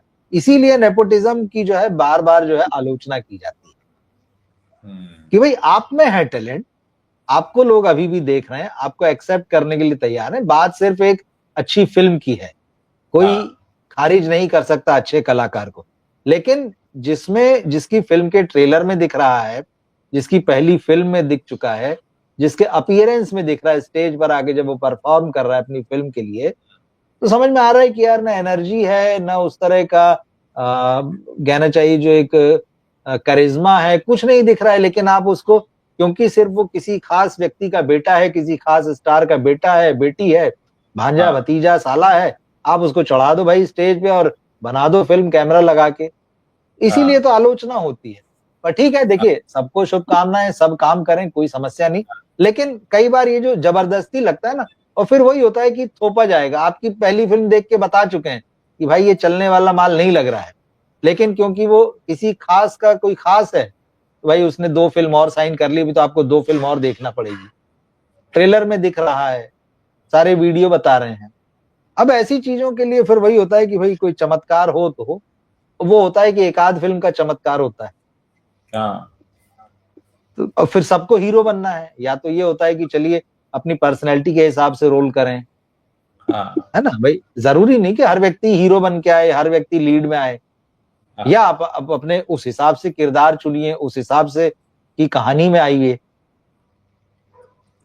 तो ये है। तो आमिर खान जी, देखिए मतलब जो आप कह रहे हैं उसको हमारे एक दर्शक ने भी कहा, लेकिन अलग तरह से कहा, कि ब्लैक वारंट में शशि कपूर के ग्रैंडसन हैं जो बहुत अच्छे लग रहे हैं, इनके आगे सब पानी कम चाहे। तो देखिए ये होता है टैलेंट, जो बिना ये बताए आता है कि मैं कौन हूं, अपने काम से बताता है कि मैं कौन हूं, कि उसके काम को देख के सर्च करें भाई ये कौन है, अच्छा ये वो है। तो ये एक तरीका होता है। और डेफिनेटली देखिए इंडस्ट्री जितने खराब दौर से होकर गुजर रही है उसके लिए ये वाला फैक्टर भी जिम्मेदार है कि अगर उन्होंने समय रहते अच्छे राइटर्स को, अच्छे टैलेंट को मौका दिया होता, बिना ये सोचे कि इनके नाम के आगे क्या लगा है, ये हमारे कौन से खानदान से रिलेटेड हैं या नहीं है, तो स्थितियां और होती हैं, स्थितियां बहुत अलग होती हैं। लेकिन अब जाहिर है इस सब पे तो हम इतनी बात कर चुके हैं कि अपनी बातों को रिपीट करने जैसा हो जाएगा। लेकिन हाँ, ये कहना पड़ता है जब ऐसी चीजें होती हैं कि आप वही घिसी पिटी चीजों के ऊपर सरवाइव करने की कोशिश कर रहे हो, कि मतलब आप करण जौहर हो, अपनी कंपनी का आधा हिस्सा बेच दोगे, चाहे बेसन बेचना पड़े तब भी नेपोकिट के साथ ही बेचोगे। मतलब ये वाली बात है ना, रस्सी जल गई बल नहीं गया टाइप्स। हाँ बिल्कुल ठीक बात है भाई भी। लेकिन जब रस्सी जली चुकी है तो भुरभुरा के खत्म ही हो जाएगी ना। अब वो किसी को टाइट बांधने से तो रही। बिल्कुल, तो बिल्कुल। ये है। तो ठीक है, अब ये तो आमिर खान जाने, करण जौहर जाने, या जिनके नेपोकिड्स हैं वो जाने, मतलब उनको क्या करना है, कितना पैसा लगाना है, किसके ऊपर लगाना है, ये उनके हाथ में है। सही बात तो वही है कि सिनेमा जो है बगैर राइटिंग के हो नहीं सकता है। आपने राइटिंग पे कभी मतलब जो है इन्वेस्ट नहीं किया, कभी उस टैलेंट को नहीं बढ़ाया, वहां भी आप मतलब एक से एक रद्दी और घटिया लोग बैठे हुए हैं, वो भी किसी के रिश्तेदार निकल आते हैं। भाई राइटिंग जो है आपको वैसे थोड़ी मिलती कि आप जैसे एक्टिंग में तो चलो आप चला लोगे, घिस घिस के चला लोगे, लेकिन राइटिंग वैसा नहीं है। राइटिंग में तो बेचारा राइटर खुद ही घिस जाता है।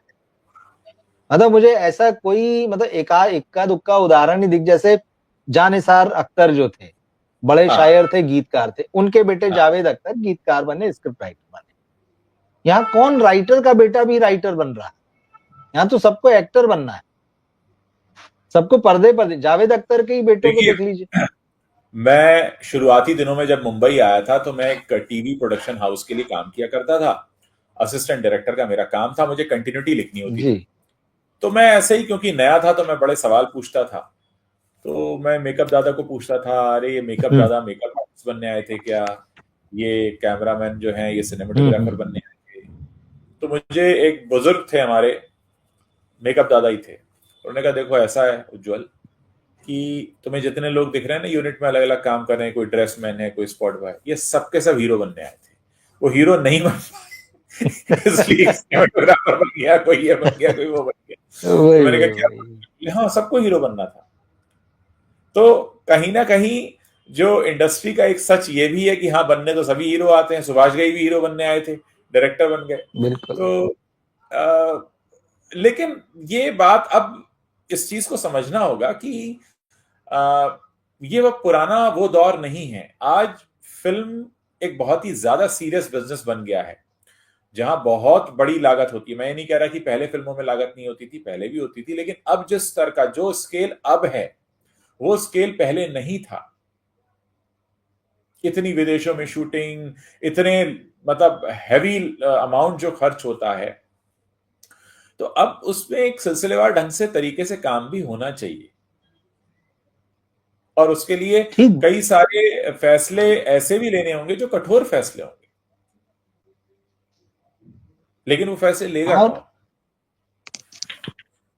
नहीं, और उसकी शुरुआत अपने घर से ही करना पड़ेगी। ऐसा नहीं कि हाँ कठोर फैसला आप आउटसाइडर के लिए ले रहे हो, ऐसा नहीं हाँ चलेगा कि भाई बाहर से आया उसको हटाओ, बोले कठोर फैसला। घर वाले के लिए सॉफ्ट 10 चांस मिलेंगे फेल होने पे भी, ऐसे नहीं चलेगा भाई। ठीक है, आपने लॉन्च किया, आप बना लीजिए एक दो, लेकिन समझना चाहिए मतलब चीजें। लेकिन ठीक है, देखिए सबको अपने अपने प्यारे लगते हैं, उसमें कोई बात नहीं।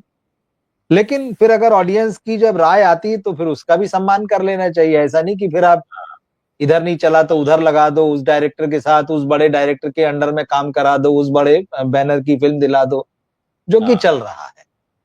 कि नहीं आपको तो इसी को देखना पड़ेगा, फिल्म में नहीं चल रहा तो ओटीटी में देख लो भाई, ओटीटी में भी नहीं चल रहा तो इसको एंडोर्समेंट दिला देते हैं, विज्ञापन में देख लो भाई। ये नहीं होना चाहिए। मतलब आप बहुत सारे दूसरे लोगों का नुकसान कर रहे हैं भाई, उसमें दूसरों के लिए दरवाजे बंद कर रहे हैं, उनको हतोत्साहित कर रहे हैं कि नहीं नहीं भाई यहाँ तो कुछ हो ही नहीं सकता है। ये बात सही है कि भाई फिल्म बनाना कभी भी ये कम पैसे का बिजनेस नहीं रहा है कभी। अगर आज से 100 साल पहले भी ये बना है तो दादा साहब फाल्के अगर जो जिनको पितामह कहते हैं, तो उन्होंने भी अपना घर बार बीवी के गहने बेच के ही फिल्म बनाई। तो ऐसा नहीं कि उस समय 100 रुपए में फिल्म बन रही थी, 100 रुपए उनकी जेब में थे। उदाहरण दे रहा हूं। बिल्कुल। तो ये हमेशा से महंगा बिजनेस रहा है, तो इसीलिए इसको समझ की जरूरत है। इसीलिए जैसा आपने कहा ना कि कड़े फैसले करना चाहिए, रियल टैलेंट को लाओ ना, क्योंकि आप घर के लिए नहीं बना रहे, एक दो लोगों के लिए नहीं बना रहे, आप चाहते हैं उसको देश में देखा जाए, आप चाहते हैं उसको दुनिया में देखा जाए। तो थोड़ा ईमानदारी की जरूरत है, वो ईमानदारी गायब है बहुत हद तक। ये जो सीरियस बिजनेस है इसको सीरियसली करना होता है। इसको ये नहीं कि भाई हीरो तो मेरा लड़का ही होगा, ये हीरोइन तो मेरी भांजी होगी, भतीजी होगी, या मेरे दोस्त की बेटी होगी, बाकी तुम देख लो। मतलब आप जो पिलर्स हैं सही है। वहीं पर आप बेईमानी कर रहे हैं, और बल्कि जो सबसे बड़ा पिलर होता है राइटर, उसको तो आप ध्यान ही नहीं देते उस पर। उसको तो ऐसे लगते हैं कि स्टोरी, हाँ स्टोरी भी तो होनी है फिल्म में। मतलब कुछ कुछ हद तक क्रेडिट हमारे देश की जनता को भी जाता है जो सलमान खान टाइप सिनेमा देख लेती है। सलमान खान की पिछली कई फिल्मों में स्टोरीज नादारत थी, और बड़ा हैरत और दुख होता है कि वो एक राइटर के बेटे हैं। जिस तरह की इस फिल्में वो करते रहे हैं, कुछ फिल्मों को अगर छोड़ दिया जाए, उनकी फिल्मों में सबसे ज्यादा कमी स्टोरी की होती है, क्योंकि भाईजान आते हैं और शर्ट उतार के खड़े हो जाते हैं। आज ही की बात है, जैसे जिस फिल्म के ट्रेलर की हमने बात की, तो प्रेस जी। कॉन्फ्रेंस में सुन रहा था, उसमें वही बात है कि भाई हाँ प्रोड्यूसर साहब का आइडिया था ये। हाँ अब हाँ। प्रोड्यूसर साहब के दिमाग में एक आइडिया आ गया, तो आइडिया हाँ तो भाई किसी के भी दिमाग में आ जाएंगे। बिल्कुल अगर बिल्कुल। आपको आइडिया आया तो आपको लिखना भी आना चाहिए। तो आपको एक हाँ। आइडिया आया, फिर आपने किसी को आइडिया सुनाया, फिर वो हम्म। उस आइडिया को वो उसके हिसाब से लिख रहा है। अव्वल तो उस हाँ आइडिया में दम कितना है, फिर उसको हाँ लिखा कैसे गया, कितने लोगों ने लिखा। मुझे तो एक हाँ चीज ये समझ में नहीं आती है कि आजकल एक एक फिल्म में 5 राइटर 6 राइटर, कल जो एक हमने देवा फिल्म देखी, 5 राइटर है, उसके ऊपर एक स्क्रिप्ट सुपरवाइजर है। मतलब आधा हाँ। दर्जन लोगों की टीम। भाई हाँ। 6 लोग मिलके एक कहानी कैसे लिख सकते हैं, मैं ये समझ नहीं पाता। कहानी सिंगल एंटिटी है, ठीक है, एक अकेला व्यक्तित्व है उसका, तो आप कहेंगे नहीं 6 लोग मिलके उसको बनाएंगे, कैसे बना सकते हैं? नहीं नहीं, बढ़िया लिखा जाना चाहिए। तो क्या आप ऐसा कर सकते हैं कि यार फिल्म में एक हीरो होता है, इसको 6 तरह के शेड्स होंगे इसमें, तो 6 अलग अलग सर, लोगों से हम करवा लेते हैं। मैं क्या आप करा एक ही सकते बात हैं? जानता हूं कि एक ही माँ बच्चा पैदा कर सकती है। सीधी बात है भाई, बिल्कुल ठीक बात है। बच्चा पैदा तो करने वाली दो माएं नहीं हो सकती। हाँ, तो ये जो सारे निकम्मे होते हैं जो आधा आधा दर्जन की टीम बना लेते हैं, वो लिखते हैं तो सारी फिल्मों का कबाड़ा करते हैं। भाई सलीम जावेद तक ठीक है, 2 लोग मिलके लिख रहे हैं, चलो वो भी थोड़ा ठीक है, पर उसके 6 लोग मिलके एक कहानी लिख रहे हैं। भाई आप कुछ, जिनको आता नहीं है वो ये सारे काम धंधे करते हैं। सारी जितनी बड़ी बड़ी फ्लॉप फिल्में हैं, आप उनमें देख लीजिए, वहां डायरेक्टर भी क्रेडिट लेता है, भले ही उसने 2 लाइन का आइडिया दिया हाँ। कि यार नहीं नहीं 2 लाइन तो मेरी भी थी, तो मेरा भी नाम इसमें होगा। एक आदमी ने स्क्रिप्ट पढ़ी और उसमें 4 लाइन जोड़ दी, तो उसका भी नाम होगा। अरे भैया, हाँ। जिसकी पता चला ओरिजिनल है, उसका या तो नाम गायब है या वो सबसे आखिरी में है। वो हम्म। एक ही आदमी काम कर सकता है, और उसके अपने तरीके होते हैं, उसमें काम करने के तरीके होते हैं, वो हम यहाँ नहीं डिस्कस करेंगे, ना हम बताएंगे कि वो कैसे किया जाता है। लेकिन ये जो 6 लोग मिलके जो बनाते हैं ना, ये कबाड़ा ही करते हैं। इनसे पूछिए कि क्या उन्होंने जीवन में एक कहानी लिखी है, जीवन में एक उपन्यास लिखा है, अच्छा लिखा है, स्तर का लिखा है, क्या पढ़ा है? लेकिन बात वही ना, जैसे आपने कहा ना कि हर आदमी यहाँ हीरो बनने आता है, यहाँ राइटर भी ऐसे ही लोग बन रहे हैं। हीरो बनने हाँ। आए थे, डायरेक्टर बनने आए थे, कोरियोग्राफर बनने आए थे, जो भी बनने आए थे। ज्यादातर इसमें वो लोग होते हैं जो फ्लॉप हीरो होते हैं, जिनको एक्टिंग का काम नहीं मिला। आके 10-20 जगह इधर उधर किया, फिर स्क्रिप्ट देखी, अच्छा स्क्रिप्ट ऐसी होती है, फिर 10 के बाद काम मिलना बंद हो गया, तो 11वें में वो राइटर बन जाते हैं। अब हमें तो पता ही है, स्क्रिप्ट तो हम समझ ही गए, ऐसे ही तो लिखना होता है, तो उन आइडिया सबके पास रहते हैं, फिर वो स्क्रिप्ट राइटर बन जाते हैं। मैं कई ऐसे एक्टर्स को मैंने देखा है जो राइटर भी हैं, लेकिन ना उनकी एक्टिंग में दुकान चलती, ना राइटिंग में उनका कुछ आता है। हाँ। तो राइटिंग को उन्होंने इतना हल्का समझा है, इतना हल्का समझा है, जिसकी वजह से पूरी फिल्म इंडस्ट्री का सत्यानाश हो चुका है। और ये ऐसे ही चलेगा। मैं तो बहुत हैरान होता हूं कि 6 लोगों ने मिलकर कैसे एक कहानी और स्क्रिप्ट और डायलॉग लिखे। भाई एक ही आदमी का काम है, ज्यादा से ज्यादा 2 लोग कर सकते हैं कि चलो एक स्क्रिप्ट लिख ले, डायलॉग अगर थोड़ा सा स्पेशलिटी है तो चलिए उसको फिनिशिंग देके पॉलिश करके, ज्यादा से ज्यादा 2 लोग, लेकिन 6 लोग मिलके दर्जन दर्जन भर लोग लिख रहे हैं कई फिल्मों को। तो फैक्ट्री में मजदूर होते हैं, वो काम करते हैं, वो एक टेक्निकल काम होता है, एक मशीन होती है जिससे आपको एक जैसी चीज निकालनी होती है, वहां पर हमें फैक्ट्री के मजदूरों की जरूरत पड़ती है। लेकिन पहली बात तो ये क्रिएटिव काम है, जहां पर एक व्यक्ति उस कहानी की आत्मा को लेकर चलता है और वही उसे उसकी डेस्टिनेशन तक पहुंचा सकता है। अगर आपकी कहानी है उसे मैं नहीं समझ पाऊंगा, मेरी कहानी उसे आप नहीं समझ सकते। और ये बिल्कुल ऐसा ही है कि जैसे मैंने उदाहरण दिया कि एक ही माँ बच्चे को पैदा करती है, दो दो माँ कैसे पैदा करेगी उसको। ये तो, लेकिन ये तो अब हाँ, इनके ये क्या सोच के करते हैं, इनके दिमाग में क्या चला करता है। मैंने कहा ना कि बहुत से काम बस देखा देखी, नाम के लिए, कुछ दिखाने के लिए, आप जब उसकी आत्मा तक ही नहीं पहुंचते हैं तो वो कैसे दिखेगा।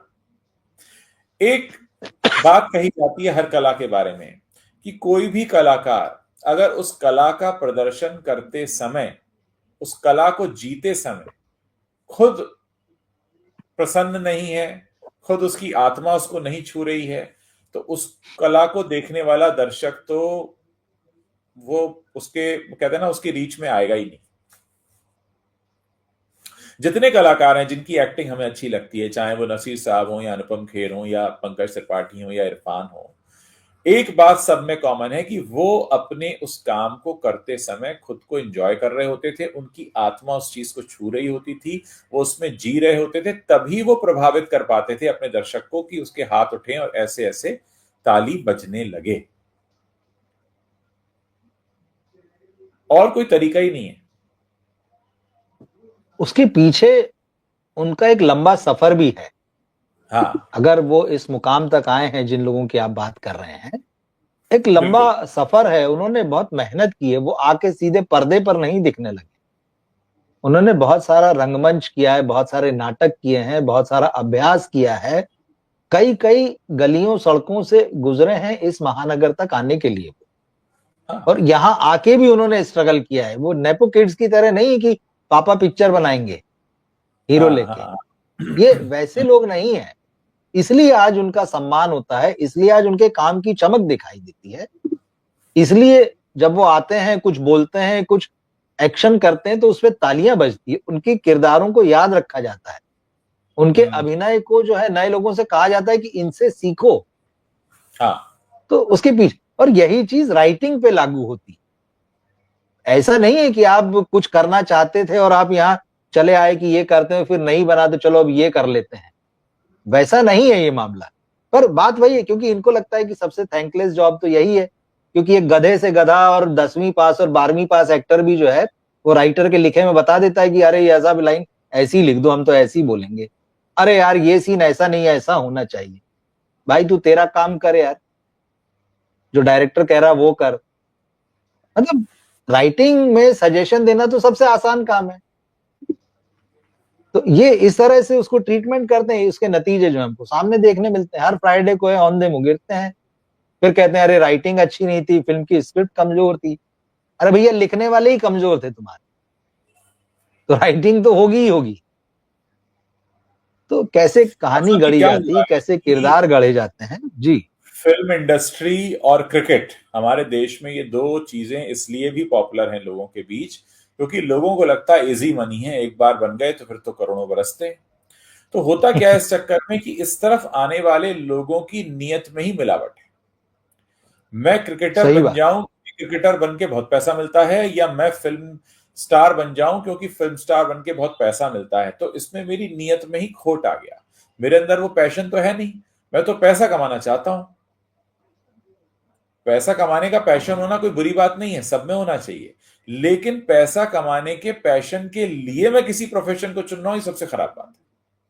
बल्कि प्रोफेशन तो वो होना चाहिए जिसके बारे में कोई ये कहे कि यार ये काम करके बिल्कुल पैसा नहीं मिलेगा, बोलो करोगे तो कहो मैं करूंगा क्योंकि मुझे इसको करने में मजा आता है। वो होता है प्रोफेशन।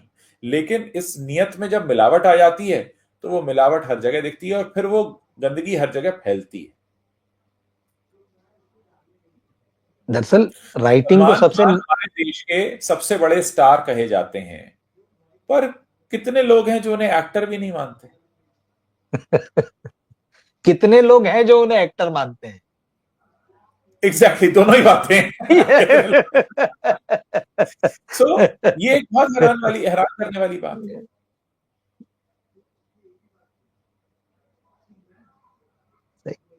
राइटिंग को इन्होंने बहुत निचले दर्जे का काम माना है ना, समस्या ये है। क्योंकि उसमें पैसा कम इसलिए है। ये सारी मुश्किल। हाँ, हर चीज पैसे से तोली पैसा जाती है। कम नहीं, नहीं मेरी फिल्म पैसा अच्छी कम है या नहीं है, नहीं पैसा नहीं कम नहीं है, क्योंकि शुरू से ये परिपाटी बना दी गई कि कम पैसा देना है। हाँ, हाँ, वही और मैं कह वो रहा जो हूं ना बेचारा राइटर था वो कि आगे मानता लिख चला दिया गया। गया, हाँ राइटर के आगे लिख दिया गया सबसे सस्ता। तो बोले यार मैं बिल्कुल। क्यों, अगर देखिए क्या है कि जिस चीज के आगे बड़ा दाम है, मेरी पिक्चर अच्छी है क्योंकि उसने 200 करोड़ कमाए हैं, मतलब मेरी फिल्म अच्छी है का परिभाषा ही ये है। तो राइटर बोले वो तो सस्ता ही होता है, हीरो वो तो महंगा ही होता है, हीरोइन वो तो उससे सस्ती होती है।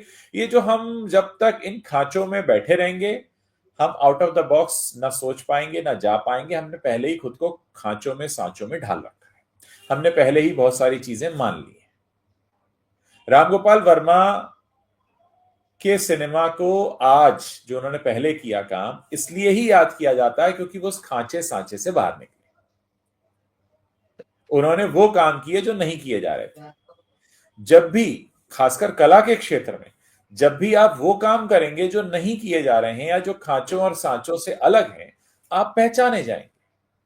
गुलजार साहब का काम क्यों पसंद किया गया, आर डी बर्मन का काम क्यों पसंद किया गया, किशोर कुमार का काम क्यों पसंद किया गया, ये सारे वो लोग हैं जिन्होंने हर सांचे खांचे को तोड़ दिया। इसलिए वो कलाकार कहलाए, उनका काम अलग था, उनके काम को पूजा गया। और जो घिसते रहे लकीर को, कोई भी हो, फिल्म मेकिंग हो, किसी भी तरीके की कला हो, कला तो अपने आप में एक ऐसा जॉनर है, एक एरिया है, एक कैटेगरी है जहां पर आप मतलब कहते हैं ना, सांचे से बाहर ही रहे तो बेहतर है, वो सांचा बने ही ना। इसके लिए ना बहुत हद तक जो है प्रोड्यूसर जिम्मेदार हैं, या ये जो सो कॉल्ड कॉरपोरेट हाउस और जो सो कॉल्ड कंपनियां हैं ये जिम्मेदार है। पहले के प्रोड्यूसर्स जो थे वो चीजों को समझते थे, वो रिस्क लेना जानते थे, वो कुछ अलग करना चाहते थे। इतना पैसा नहीं था तो वो उतना सेफ नहीं थे। उनको लगता था हमें हाँ कुछ लगातार नया करना पड़ेगा जिससे कि लोग हाँ सिनेमा देखने आए।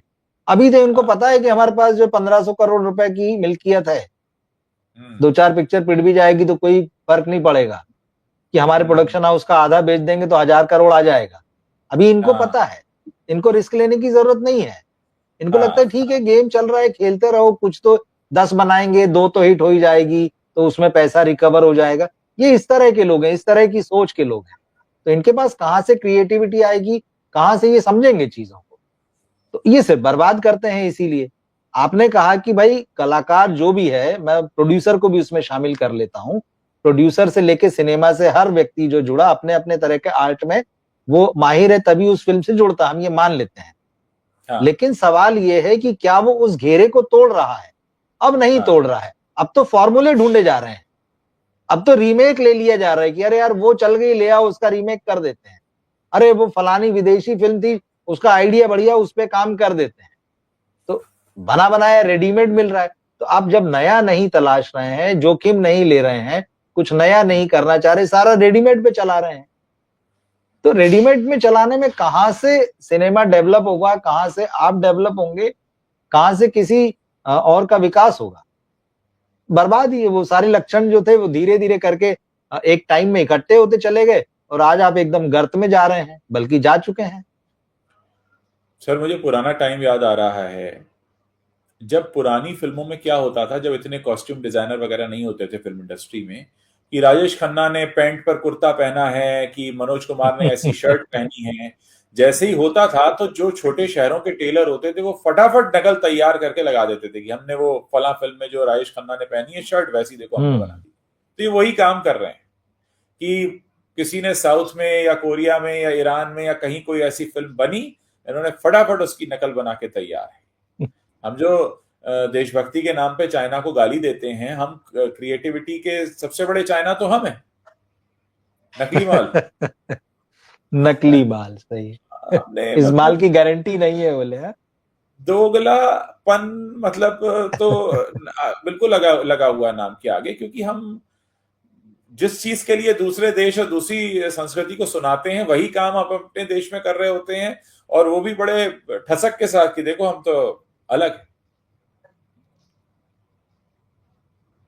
ये अलग है लग रहा है, पर वही बात है कि ये ज्यादा दिन चलेगा नहीं, क्योंकि ये हाँ सुधरे नहीं तो। हाँ। तो वरना वही है कि फिर वो जो आमिर खान जिस तरह के विज्ञापन में घूम रहे हैं, इनके हम्म। वही वाले दिन आ जाएंगे, गुफा में जाने वाले। मेरे किसी मित्र का फोन आया, उन्होंने कहा साहब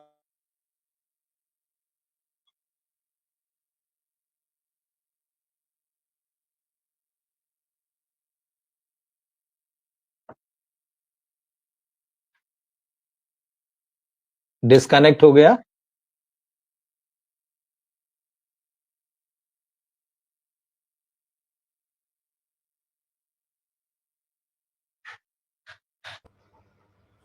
मेरी आवाज सुनाई दे रही है आपको रवि जी? जी हाँ, अब आया, हाँ जी। हाँ। मेरे एक मित्र का फोन आया, उन्होंने कहा आपने गेम ऑफ थ्रोन्स देखा? मैंने कहा नहीं। बोले मैंने हम्म अभी देखना शुरू किया है। मैंने कहा अच्छा। तो हम्म। बोले गेम ऑफ थ्रोन्स जब देखना शुरू किया तब मुझे समझ में आया कि एसएस राजमौली को बाहुबली बनाने का आइडिया कहां से आया। ये बात कई लोग कहते हैं, बिल्कुल ठीक बात हाँ, कह रहे हैं आप। हाँ। ये बात खैर, कहते मतलब हैं कई लोग, जी मैंने जी, गेम हाँ। ऑफ थ्रोन्स नहीं देखा है, इसलिए मैं इस पर कोई टिप्पणी जी नहीं जी। करूंगा, लेकिन क्योंकि बात हो रही थी तो मुझे एकदम से याद आ गया कि ऐसा हाँ भी है। तो यहां तो सबकी क्रिएटिविटी जो है वो क्वेश्चन के दायरे में आ गई है। ठीक है। देखिए बात वही है ना कि हाँ नकल के लिए भी अकल चाहिए। अब यहाँ तो हाँ। उतनी भी अकल नहीं बची कि वो नकल कर सके ठीक से। कर सके, हाँ। तो वो तो हम देख ही रहे हैं ना, मतलब कि कैसी कैसी फिल्में आई हैं। कल ही वही जो देवा रिलीज हुई, तो एकदम ताजा हम्म उदाहरण ले लीजिए। हाँ हाँ हाँ। आपने क्या बनाया, मतलब आपने एक रीमेक बनाया, झूठ बोलते रहे, नहीं नहीं हम तो ओरिजिनल फिल्म पे काम कर रहे हैं, हम तो जो है वो है ना डायरेक्टर की एक हाँ। नई फिल्म पे काम कर रहे हैं, रीमेक नहीं, ये सब कर ही रहे हैं। लेकिन बात वही है कि जब फिल्म आती तो सच्चाई सामने आ जाती है। मुझे लगता है आज हमने बड़ा लंबा परिचर्चा कर ली, 1 घंटे से ऊपर का समय हो रहा है रवि जी। जी और जी। हाँ, दर्शक को किताबों से हमारे शुरुआत हमारी की थी, दर्शक अच्छा को बड़ा लगा आनंद जी। लेते। जी बताइए। मैंने कहा किताबों से आपने शुरुआत की, आज बड़ा अच्छा लगा। क्योंकि आप दिल्ली में थे, आप पुस्तक मेला घूम कर आए, किताबें लेकर आए, तो मुझे लगा जी कि आपके वीडियो देख के मैंने भी वहां का सफर जो है वो कर लिया है, पुरानी यादें जो आ गई ताजा हो गई।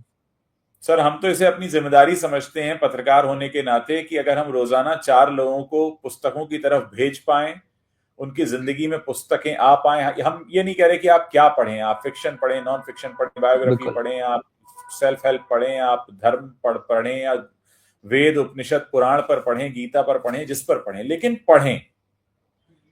तो वहां जो यहाँ हाँ, आवक होनी बहुत जरूरी है। हमारी जब यहाँ पे आवक बंद हो जाती है और हम रील और शॉर्ट्स और व्हाट्सएप फॉरवर्ड के जब गुलाम बन जाते हैं, तो हम अपने दिमाग को सड़ाना शुरू कर देते हैं।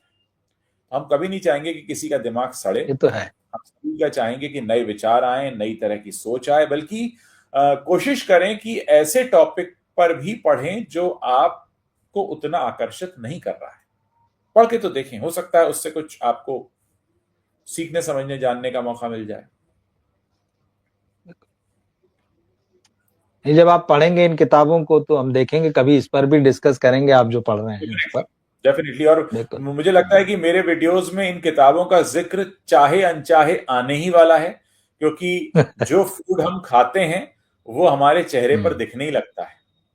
तो वो हमारी बातों में, हमारे विचारों में वो झलक आता है, चाहे अनचाहे भी आ जाता है। बहुत बहुत शुक्रिया रवि जी, और सभी दर्शकों का भी। आप लोग बहुत शुक्रिया उज्जवल जी। हमारे साथ जुड़े रहे। मिलते हैं फिर जी। बिल्कुल बिल्कुल सर। शुक्रिया, धन्यवाद, good night. Good night, good night.